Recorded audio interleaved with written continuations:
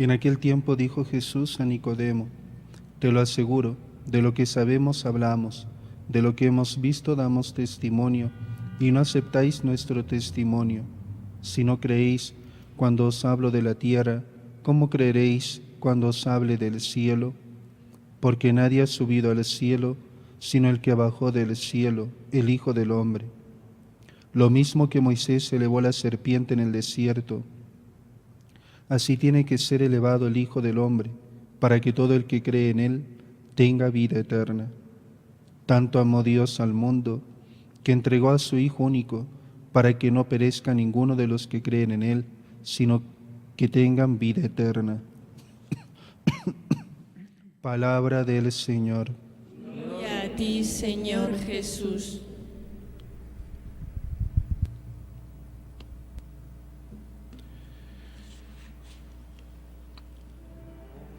Amados hermanos en nuestro Señor Jesucristo y María Santísima,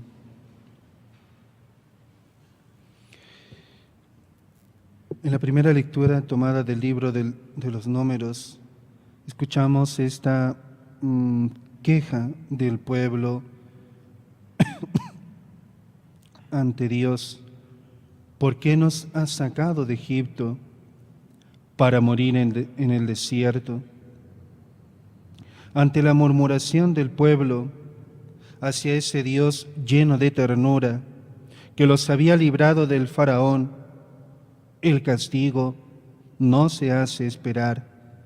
El Señor envió en medio del pueblo serpientes venenosas que los mordían y murieron muchos israelitas.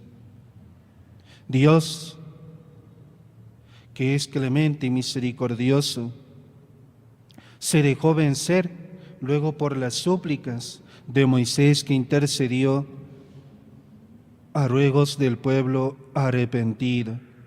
Reza al Señor para que aparte de nosotros las serpientes. Se muestra aquí la necesidad y la eficacia de la oración. El hombre de oración puede con Dios y puede arrancar de Él la salvación.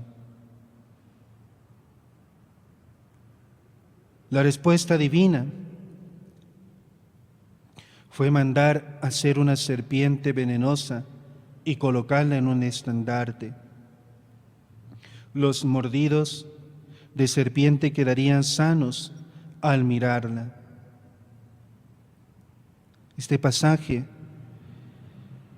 de la Escritura es una prefiguración de la muerte de Cristo, por la cual los corazones humanos, mordidos por el pecado y sumidos en el veneno de los vicios, serían curados.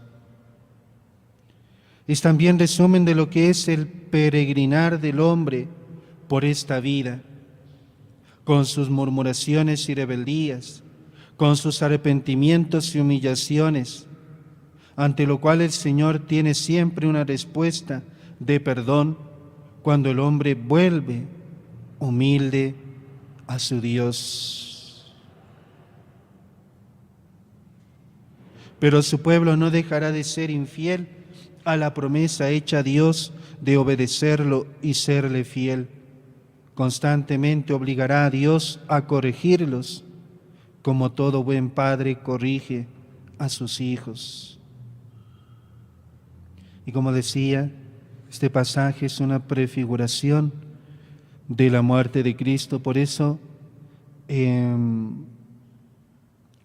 Jesús cita también este pasaje de la Escritura, lo mismo que Moisés elevó la serpiente en el desierto, así tiene que ser elevado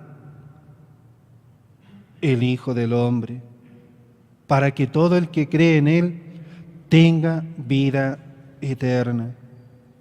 Qué bonito.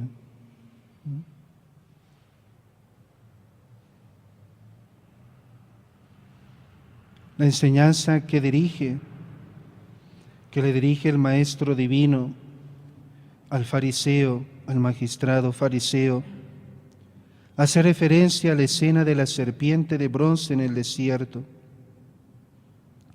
Pero ya el autor del libro de la sabiduría comentaba: el que se volvía a mirarla no era curado por lo que veía, sino por ti, Salvador de todos. Aquella imagen alcanza su realidad más plena en la escena del terrible tormento de Cristo en la cruz, en la cual nos manifiesta su amor hasta el extremo.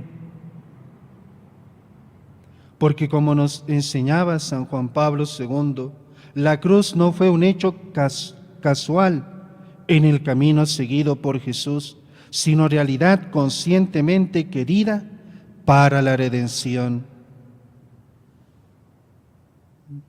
Por eso en la fiesta de hoy, Señor de los Milagros, nos muestra la cruz, la Iglesia nos muestra la cruz como expresión del camino de salvación para el hombre y la llave para acceder a las riquezas del reino de los cielos. El itinerario de la cruz, decía también San Juan Pablo II, tiene como punto de llegada el triunfo glorioso. Pero para llegar a ese triunfo tenemos que ir por este itinerario, este camino de la cruz. La serpiente levantada en el desierto libraba de la muerte para vivir vida temporal.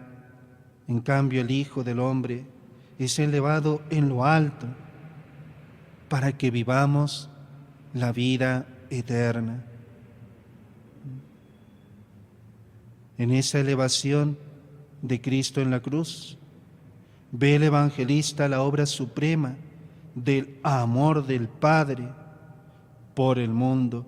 Tanto amó Dios al mundo que entregó a su Hijo único, para que no perezca ninguno de los que creen en Él, sino que tengan vida eterna.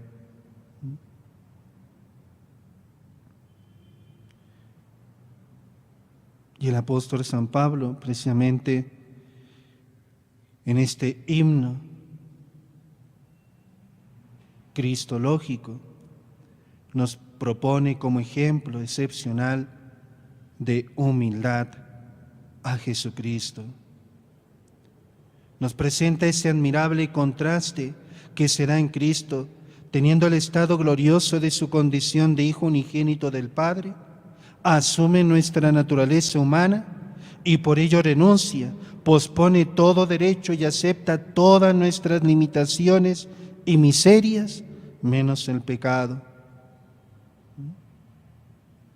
Para darnos lección viva y eficaz, escoge el estado de despojo, humillación y obediencia. No hizo alarde de su categoría de Dios, al contrario, se despojó de su rango. Cristo, siendo Dios y hombre verdadero, se anonadó, se vació, se despojó de sí mismo, tomando la forma de siervo, y se subió al tosco madero de la cruz como víctima inocente para expiar el pecado del mundo, para dejarnos un camino a seguir. Se rebajó hasta someterse incluso a la muerte y una muerte de cruz. Imitar a Jesús, queridos hermanos, significa recorrer un camino orientado a la total identificación con Él. Implica para el hombre luchar contra esa tendencia tan natural a la autoexcelencia en que nos dejó el pecado original. Ese es el modo de entender por qué la cruz forma parte de la imitación de Cristo. Por medio de la obediencia y humillación de Cristo, hemos sido salvados. Y Cristo merece para sí mismo, para su naturaleza humana, la suprema exaltación a la diestra del Padre. Por eso Dios lo levantó sobre todo y le concedió el nombre sobre todo nombre. Si imitamos a Jesús y le ayudamos a llevar su cruz, también nosotros seremos exaltados, y así la cruz será nuestra exaltación en Dios.